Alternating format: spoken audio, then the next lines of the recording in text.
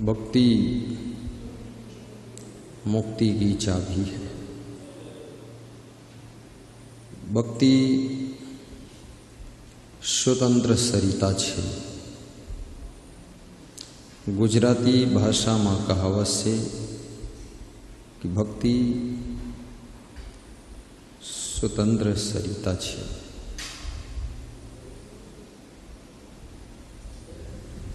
भक्ति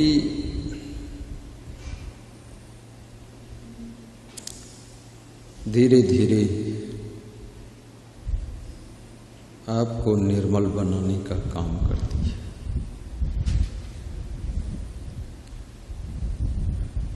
निर्मलता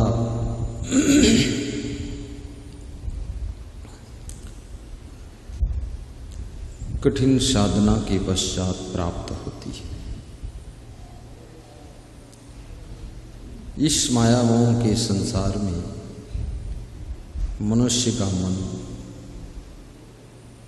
सहज रूप से मलिन हो जाता है। काम, क्रोध, लोभ, मोह, ईर्ष्या, द्वेष, अहंकार आदि मनोविकार मन को चंचल करने में मदद करते हैं और ये मनोविकार मन को मलिन कर देते हैं। जिस वक्त आपके मन में ये मनोविकारों का प्रभाव नहीं होता है, उस वक्त तुम्हारा मन प्रसन्नता, आत्यंतिक खुशी को प्राप्त होता है। आप इस बात पे गौर करना,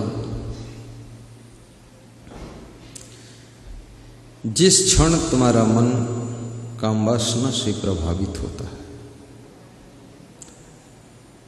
उस समय तुम्हारे चेहरे की भावभंगिमा भी प्रभावित होने लग जाती है।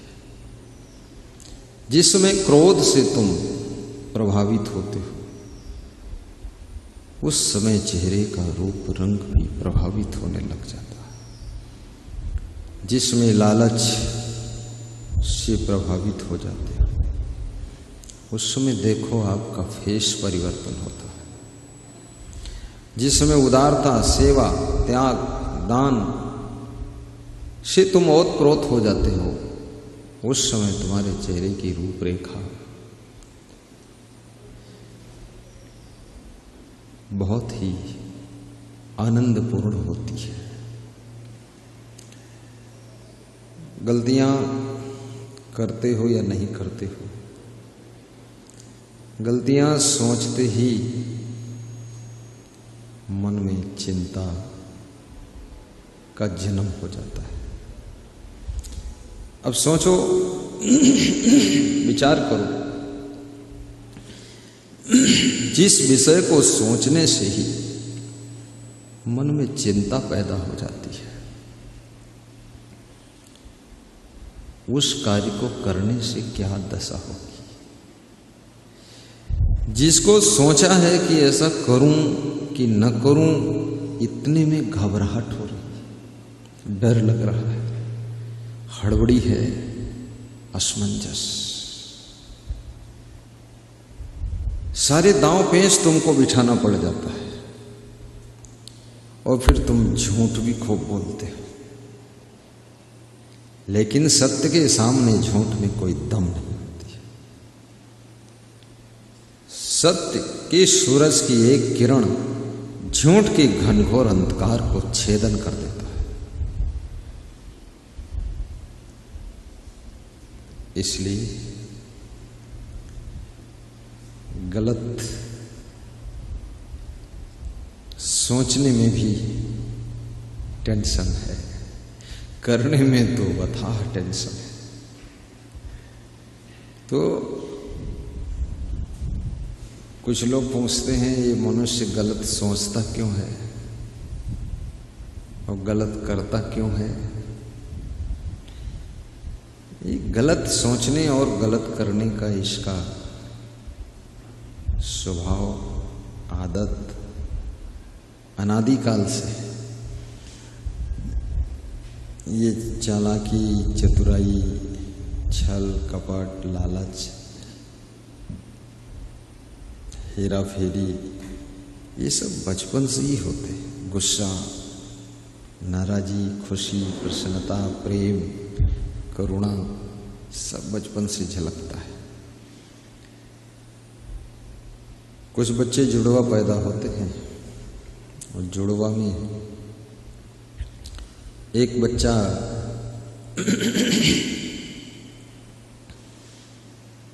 खुश रहता है, दूसरा बच्चा गुस्सा में रहता है।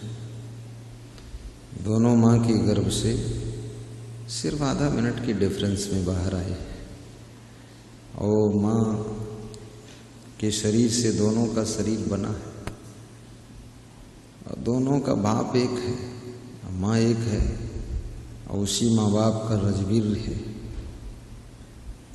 दोनों अंदर चुपके चुपके निर्मित हुई है।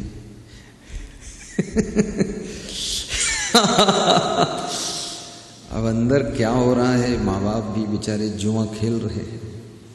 वो सोचते हैं अंदर कोई सत्यनारायण आए होंगे, अंदर पूरा ढोंगी झूठ नारायण आ गया है। बड़ी आशा विश्वास के साथ वो सत्यनारायण को जन्म दिलाने के लिए पूजा पाठ भी होता है कि ध्यान लगाओ, व्रत रहो, सुरक्षित आ जाए बाहर सत्यनारायण, सत्यम शिवम सुंदरम। और जब वे बाहर आए तो भी भरोसा रहा, क्योंकि छोटे थे, पता चला नहीं। जन्म हो गया, ढोल बज गई, छठी मनाई गई, धूमधाम हो गई, तुरंत मामा के घर खबर पहुंच गई, तुम्हारा भांजा आ गया है। अब मामा को भी पता नहीं है, ऐसा भांजा हमें को भूंज देगा, भांजा भुंजिया चावल बनाएगा आकर। भांजे राम आ गए, काल पैदा हुआ है दुख देने के लिए। धीरे धीरे हाव भाव प्रकट होने लग गए।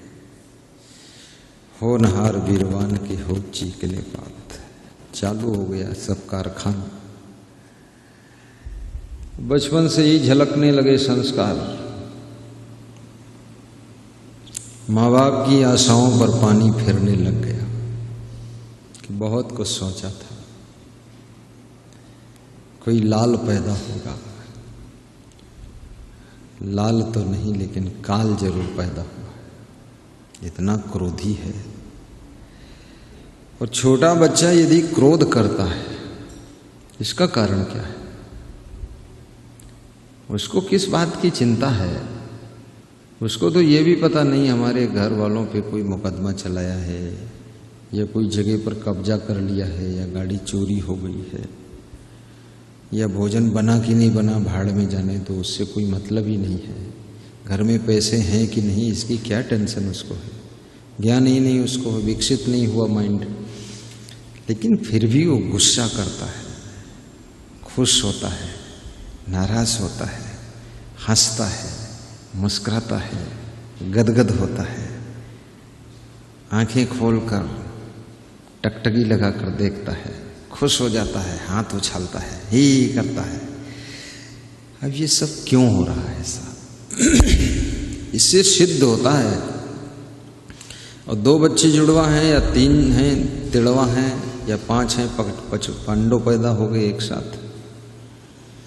अब तो महिलाएं उतनी दमदार नहीं हैं। प्राचीन समय की स्त्रियां इतनी शक्तिशाली होती थी। गांधारी ने 100 पुत्रों को जन्म दिया था और फिर भी वो जवान दिखती थी। और आजकल की स्त्रियां, लड़कियां एक भी पुत्र को जन्म नहीं दिया है और ऐसे डोकरी दिखती है, टेढ़े टेढ़े चलती है। मैं उसी टेंशन में हूं कि ये बच्चे को जन्म देगी तो या तो ये मरेगी, ये बच्चा और ये दोनों मर जाएंगे, क्योंकि ये क्या दुबली पतली डिगडगा डिग डिग घूम रही है।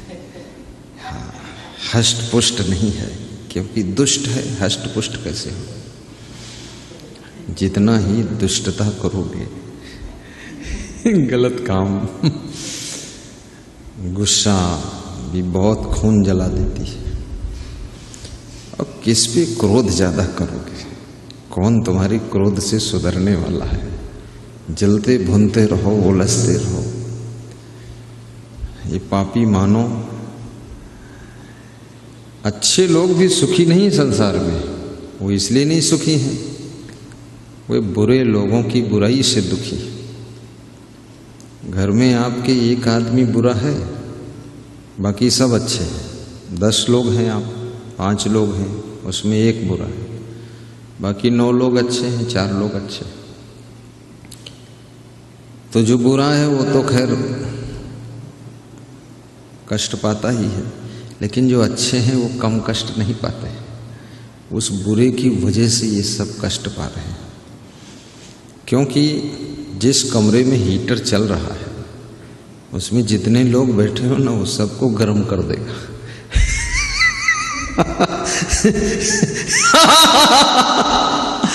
तो जिस परिवार में, जिस फैमिली में और जिस समाज में, जिस राजनीतिक पार्टी में, जिस सोसाइटी में कोई भी व्यक्ति 1%, 10% हीटर जैसा है, गरम गरम स्वभाव का, तो सबको गर्म कर देता है।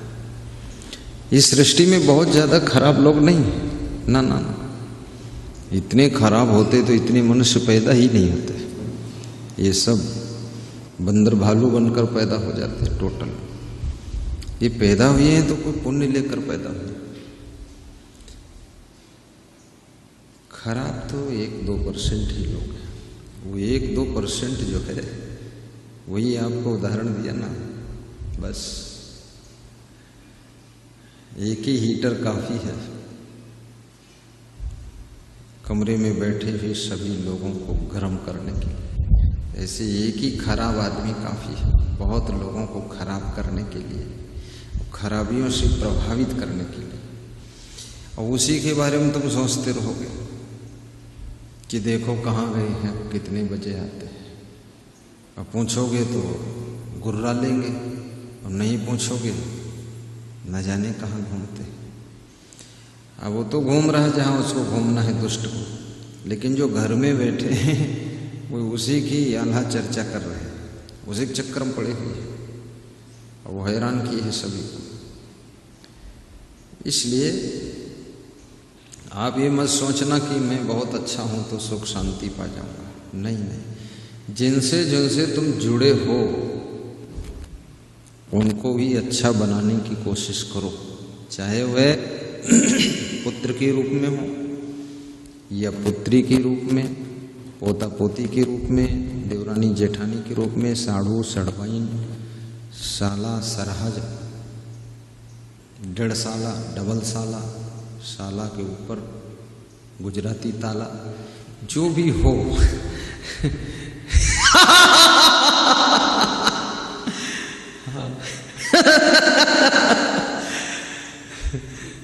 बहुत ये सारे रिश्ते आपको उलझाते हैं। इन रिश्तों में कोई एक भी व्यक्ति मिस्टेक करता है, आपको असमंजस हो जाएगा। असमंजस हो गया। अभी एक सज्जन आए थे तो हमसे कह रहे थे कि आपकी आज्ञा थी तो शादी कर लिया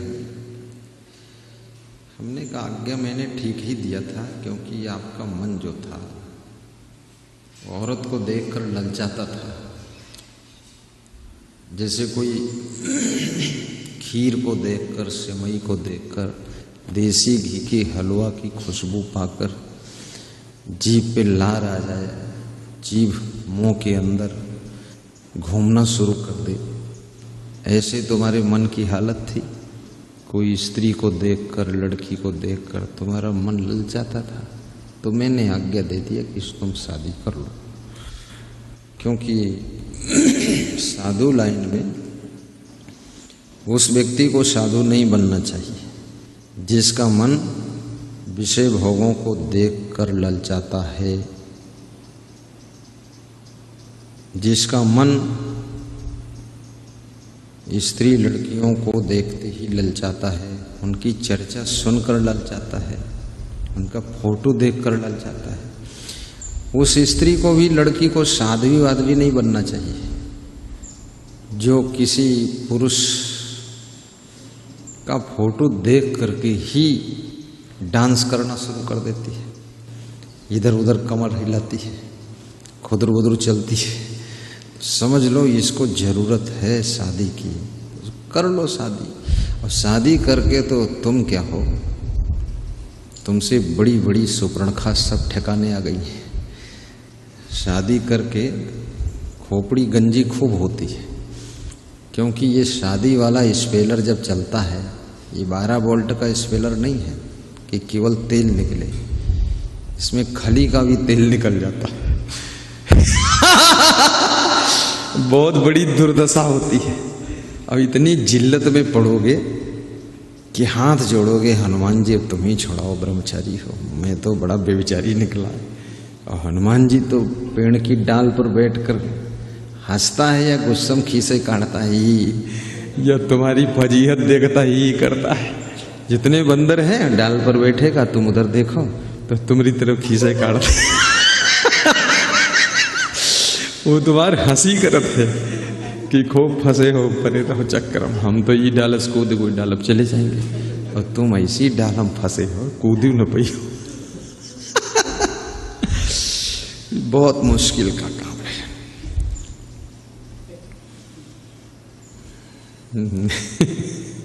इसलिए विषयों में ललचाइए मत। अब कितने लोगों को विषय मालूम ही नहीं, विषय क्या गुरुजी बोल रहे हैं, अंग्रेजी विषय है कि हिंदी विषय है कि संस्कृत विषय, साइंस है, केमिस्ट्री, बायोलॉजी, बॉटनी, इंजीनियरिंग। क्या गुरुजी कितना पढ़े लिखे, विषय विषय रोज करते हैं, कौन विषय है? अरे ये स्कूल में पढ़ने वाले विषय सब्जेक्ट की बात मैं नहीं कर रहा हूँ, पढ़े लिखे लोग भी धोखा खा जाओगे। ये विषय तुम्हारे अंदर है, विषय का विष भरा हुआ, इसको विषय कहते हैं। शब्द, स्पर्श, रूप, रस और गंध, ये 5 विषय हैं। ठीक से सुन लो और याद कर लो। ये कोई बहुत कठिन टॉपिक नहीं है। लोग इतना डरते हैं, पहली बात तो डर करके सुनते हैं कि भैया विषय ये कितना बड़ा है, याद नहीं होगा। शब्द, स्पर्श, रूप, रस, गंध, 5 बातें। अब इन 5 विषयों की 5 इंद्रियां हैं जिनको ज्ञान इंद्रियां कहते हैं। शब्द विषय की इंद्री, शब्द विषय की पहचान किस इंद्री से होती है? शब्द तुम कान से सुनते हो कि नाक से? तो पूछने पर इतनी टेंशन क्यों है? कर्ण इंद्री, कान से शब्द सुना जाता है। रस माने स्वाद, स्वाद जीव से, जीवा इंद्री। जीवा इंद्री स्वाद बताती है। तुम सोचो टांग में छुआ दें रसगुल्ला और स्वाद पता चल जाए, टांग स्वाद नहीं बता सकती। क्योंकि ये टांग जो है कर्मेंद्री है, ये रसगुल्ला को कुचल देगी, मसल देगी, रौंद देगी, स्वाद का अनुभव नहीं दे सकती। कितने लोग उनसे पूछो ज्ञानेंद्रियों के नाम बताओ तो कहते हैं टांग ज्ञानेंद्रिय। टांग कौन सा ज्ञान करती है? टांग ना तो स्वाद का ज्ञान कर सकती है, ना टांग देखने का ज्ञान कर सकती है, ना सुनने का, ना तो सूंघने का, क्योंकि ये ज्ञानेंद्री है ही नहीं, कर्मेंद्री। आज मैंने एक सज्जन से पूछा ज्ञानेंद्रियों के नाम बताओ, तो उन्होंने बताया आँख है और कान है। तो हमने कहा ठीक है। फिर बताया हाथ। हाथ ज्ञानेंद्री नहीं है, हाथ कर्मेंद्री है। हाथ कर्म करता है, आंख देखती है, कान सुनते हैं, ये कर्म नहीं करते हैं ना। कभी ना आपने देखा नहीं होगा कि आंख जो है फावड़ा लेकर के खेत में मेड़ बांध रही हो, देखा कभी?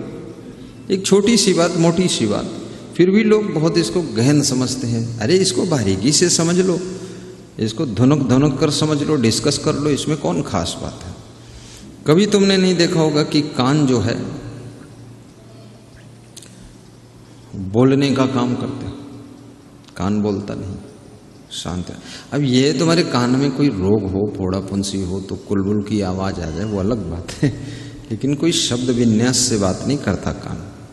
कान केवल सुनता है, आंखें देखती हैं, और ये आंखें देख करके हमें ज्ञान कराती हैं कि ये सफ़ेद कपड़ा पहने हैं, वो लाल कपड़ा पहने हैं, वो नीला पहने हैं, आज कोई जीन्स की पैंट नहीं पहने हैं, और ये साधु लॉकेट पहने हैं, वो पगड़ी बांधे है, और महात्मा दाढ़ी बहुत बड़ी किया है। ये आँख देखती है और देख करके रिपोर्टिंग करती है माइंड को, और माइंड वहाँ से, माइंड में भी 4 पार्ट है, चित्त, मन, बुद्धि और अहंकार। चित्त है, मन है, बुद्धि है और अहंकार है। इसके 4 पार्ट बताए गए, 4 भागों में डिवाइड किया है। ज्ञानियों ने डिवाइड कर दिया, और ठीक ही डिवाइड कर दिया समझाने के लिए, क्योंकि एक में तुम समझ नहीं पाओगे। तो ज्ञानी लोग आखिर वो भी जब खाली होते हैं तो कुछ न कुछ डिस्कस करते रहते, बारीकी में चले जाते हैं। एक राजस्थान में मुझे ज्ञानी मिला तो बोला मैं बाल की खाल निकाल देता हूँ। तो मैं उसी पड़ोस बैठा था, तो मैं उठ के दूसरी जगह बैठने के लिए गया। तो उसने कहा वहाँ क्यों गए? तो हमने कहा लघु शंका भी लगा था और प्यास भी लगी थी, और जब आपने बताया कि बाल की खाल निकाल देता हूँ तो थोड़ा डर भी लग गया कि जो बाल की खाल निकाल देता है, बल्कि बाल में खाल होती नहीं फिर भी निकाल देता है, जब उसमें खाल है नहीं और तब भी कहता मैं निकाल दूंगा खाल बाल की, तो मेरे तो वास्तव में खाल है, तो मेरी तो पूरी खाल निकाल देगा, इसलिए दूर बैठो। बोला तुम अजीब आदमी हो। हमने कहा पहला पहला मिलन है, अभी और अजीब भी हूँ, अजूबा भी हूँ, अद्भुत भी हूँ, और आप कोई बात करोगे तो उसका जवाब भी अजीब दूंगा मैं। तो मैं दूर बैठा रहा, और मैं वहाँ गया भी इसलिए था, हमें प्यास लगी थी, आज की 20 साल पहले की बात है। तो वहाँ भीड़ देखा तो मैं सोचा यहाँ पानी के इंतजाम कुछ होगा, तो पानी पीने के उपलक्ष्य में वहाँ पहुँचा था। वहाँ प्रोग्राम चल रहा था कोई सत्संग का, अनजान अपरिचित। तो उस प्रोग्राम को देख करके मेरे मन में हुआ कि पानी की तलाश करना है तो किसी से मिलना पड़ेगा। तो किसी से सलाह किया, क्योंकि होटल में पानी पीने हम जाते नहीं, मतलब शुद्ध साधु, मिलावटबाजी कुछ नहीं। तो वहाँ गए, हम पूछा तो लोग टीवी में हमारा प्रवचन सुनते थे, तो उसमें से 10-20 लोग उठ के आए, हाँ बहुत अच्छा, अरे आपको तो टीवी में देखा हूँ, आओ आओ आओ। तो सीधे मंच पे ले जाकर बिठा दिया। और प्यास से हम परेशान थे गर्मी के मौसम में। अब संकोच में थोड़ी देर बैठे रहे, क्योंकि फंस गए। मंच पे बैठना मतलब उसमें फंस जाना पड़ता है, और वहाँ से इधर उधर उतर भी नहीं सकते। लेकिन उतरने का चांस हमें तब मिला जब वो साधु बोला कि मैं बाल की खाल निकाल देता हूँ, तो मैं उठ लिया वहाँ से। कौन खाल निकलवाए भाई, यहाँ से उठो जल्दी। अलग गए, पीछे जाकर जल ग्रहण किया, मुँह धोया। लंबी यात्रा हुई थी, थकान बहुत थी। फिर लोग लाए, मंच पर बिठा दिए, बोले आपका सत्संग हो जाए। हमने कहा जिसको बाल की खाल निकलवानी हो उसका सत्संग करवाओ, मुझे तो अपनी बाल की खाल निकलवानी नहीं। क्योंकि यहाँ जो बैठा साधु था वो बाल की खाल बताता था निकाल दूंगा, तो बालम खाल तो होती नहीं है, तो जिसके खाल होती उसे निकाल देगा। और खाल निकालने के बाद फिर और कुछ निकालने की इच्छा होगी तो मांस भी निकाल देगा, फिर हड्डी तोड़ के निकाल देगा। तो कौन हड्डी तोड़वाए? तो लोग बोले अरे वो ऐसे बात करता है, फालतू बात, आप तो सुनाओ गुरुजी प्रवचन। तो थोड़ा मैंने सुना दिया 10 मिनट। लोग बोले आज रुको यहाँ। हमने अगर रुकेंगे तो नहीं, क्योंकि किसी दूसरे का प्लेटफार्म बिगाड़ना नहीं चाहिए।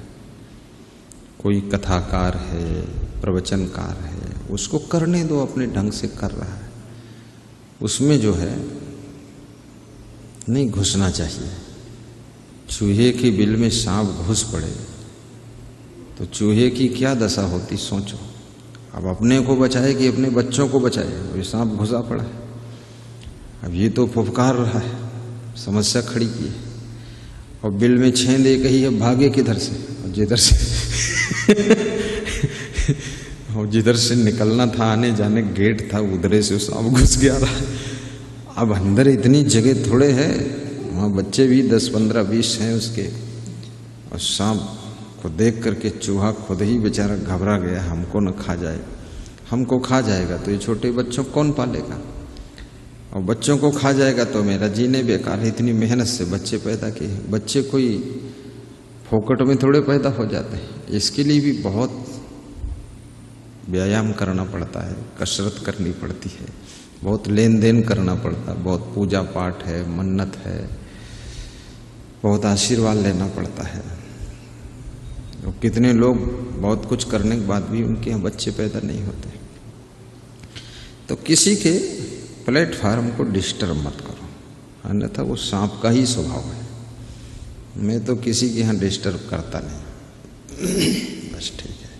और संसार में लेना देना भी क्या है, कुछ नहीं, फालतू काम है। लोग कहते हैं हमारा वहाँ बहुत सम्मान हुआ, बहुत आदर हुआ। ना कोई सम्मान रह जाता जब हम ही रहने वाले नहीं हैं, यहाँ सम्मान कहाँ रहेगा। अब हमारे पिताजी थे, खूब गजल कव्वाली गाते थे, रिश्तेदारी में जहाँ जाते थे वहाँ अलखंड सुनाते थे, रामायण सुनाते थे, और लाखों गायक में एक गायक थे, बड़ा सुंदर गला, जहाँ तराना छोड़ते थे उसी में पूरा गांव आ जाता था, आ गए लोग। इसलिए गाने वाले जो होते हैं ना, वो शुरुआत यहीं से करते हैं, बहुत लंबा खींचते हैं, मतलब पूरा गांव जब तक आ ना जाए तब तक बंद ही नहीं करते। अब उनकी जो सुनते थे गजल कव्वाली, वो भी सब लगभग धीरे धीरे मर गए, पिताजी भी मर गए। अब धीरे धीरे सब नाम खत्म हो रहा है, क्योंकि जानने वाले भी मर गए हैं। कौन जानता कौन गजल गाता था, कव्वाली। अब आजकल के ये लड़के लोग ये कव्वाली सुनेंगे, ये तुम्हें ये कौवा वाली को ढूंढ रहे हैं कि कव्वाली सुनने वाले। तो बहुत नालायक लोग हैं, ज्ञान विवेक का काम तो है नहीं। और जो बचपन से और जवानी में सत्संग भक्ति में रुचि लेने लग जाए, उसे नर मत समझना, नारी मत समझना। वो नर के रूप में नारायण ही है, नारी के रूप में नारायण ही है। यदि आपकी पत्नी सत्संग भक्ति में ज्यादा ध्यान लगाती है तो उसको ऐसे मत बोलना, सुनो इधर आ, ऐसे मत बोलना। वो देवी के समान है। आपका पति यदि सत्संग भक्ति में इंटरेस्ट लेता है, वो देवता है, फिर दुनिया भर के देवताओं की पूजा करने की जरूरत नहीं है। तुम्हारा पति ही देव, पति देव कहा जाता है, पति देव। और सभी पतियों को देव के समान बनना भी चाहिए। केवल नाम बड़े दर्शन थोड़े, ऊंची दुकान फीके पकवान, ऐसा नहीं होना चाहिए। पति देव यदि आपको कहा जाता है, देवता के गुण आपके अंदर आना चाहिए। और तुमको लोग कहते हैं प्रेमलता देवी, देवी का लक्षण दिखना चाहिए। कितनी स्त्रियों का नाम है राम देवी और बनी है रावण देवी। इतनी गुस्सा, इतना क्रोध, इतना आलस, इतना तिड़बिड़ किड़बिड़ बोलना। उनकी स्पीच सुन करके पति तो रोज बेहोश होता है, सुबह बेहोश होता है, शाम तक होश आता है, और शाम को जब होश आता है तो रात में फिर से वो बेहोश करती है कि पड़ा रह तू कालिका नाथ, डब्बू लाल, सब दुख है दुख। ये व्यवहार मत करो। पति के साथ में दुर्व्यवहार करने से वही चुड़ैल है लेडीज, वो चुड़ैल है और डाइन है जो लक्ष्मी के गुणों को त्याग कर देती है। लक्ष्मी को किसने देखा है बताओ हमें? लक्ष्मी को किसी ने नहीं देखा है। ये ग्रह लक्ष्मी, तुम्हारे घर की स्त्रियां ही लक्ष्मी का रूप है, और घर की स्त्रियों का सम्मान भी करना चाहिए। संसार की कितने देवियों की तुम पूजा करते हो, लेकिन अपने घर की जो तुम्हारी पत्नी है, माँ है, बेटी है, पतोहू है, बिहार में पतोहू को कहते पुतोहू, तो पुतोहू जो है और हमारे यहाँ तो कहते हैं दुल्हन, उनकी दुल्हन है यूपी में दुल्हन भाषा चलती। चलो जो भी कहो, लेकिन किसी रूप में नारी है। नारी अगर अपने नारित्व को संभाल लेती है तो नारी नारी से नारायणी बन जाती है, साक्षात लक्ष्मी का रूप है। और जिस घर में लक्ष्मी स्वरूपा नारी रहती है, उस घर में धन लक्ष्मी भी आ जाती है, उस घर में शांति रूपी लक्ष्मी भी आती है। दुख नहीं रहेगा, शांति शांति। और जिस घर में देवतुल्य पुरुष रहते हैं, भगवान रूप हैं लोग, वो घर तो मंदिर है। कितने लोगों ने अपनी दुष्टता के कारण मंदिर को भी घर बना दिया, आश्रम को घर बना दिया। बहुत ही लोभी लोग हैं। धीरे धीरे ऐसा तिकड़म बनाया, पूजा करते करते भगवान को निपटा ही दिया पूरा। भगवान भी धोखा खा गए, गांव के लोग धोखा खा गए कि ये तो बहुत बड़ा भगत बनता था, दिखता था, इतना घंट घड़ियाल शंख मंजीरे बजाता था। ओम जय जगदीश हरे, हमारे संकट दूर करे, जब जब दांव मिलेगा हमका, तब तब मंदिर में मैं लगाऊं ठुमका। और भगवान बैठे रे, और भगत के बदले ठगत आया रे। अब ये ठगवा वहां पहुंच गया पूरे मंदिर में चोरी करता है। धीरे धीरे मंदिर में सब परिवार को बसा दिया और मंदिर खत्म कर दिया। धीरे धीरे गेट बंद कर दिया, गांव वालों का आना बंद हो गया। गांव वाले भी अब मंदिर में लोग शांति के लिए आते हैं, वहाँ लड़ाई झगड़ा करने आते, कोई मारपीट तुमसे करें, क्या बकवास बना रखी है इतने लोभी लोग। कभी भी मंदिर, आश्रम या धार्मिक कोई प्रॉपर्टी है, जमीन है, जगह है, उसको पर्सनल के लिए बेईमानी करके, छल करके या कैसे इनके प्रकार लेना बहुत बड़ा पाप है। मंदिर में दे ना सको तो वहाँ लो मत। आश्रम में कुछ दान न कर सको तो कम से कम आश्रम को आश्रम तो रहने दो, उसको घर घूरा तो मत बनाओ।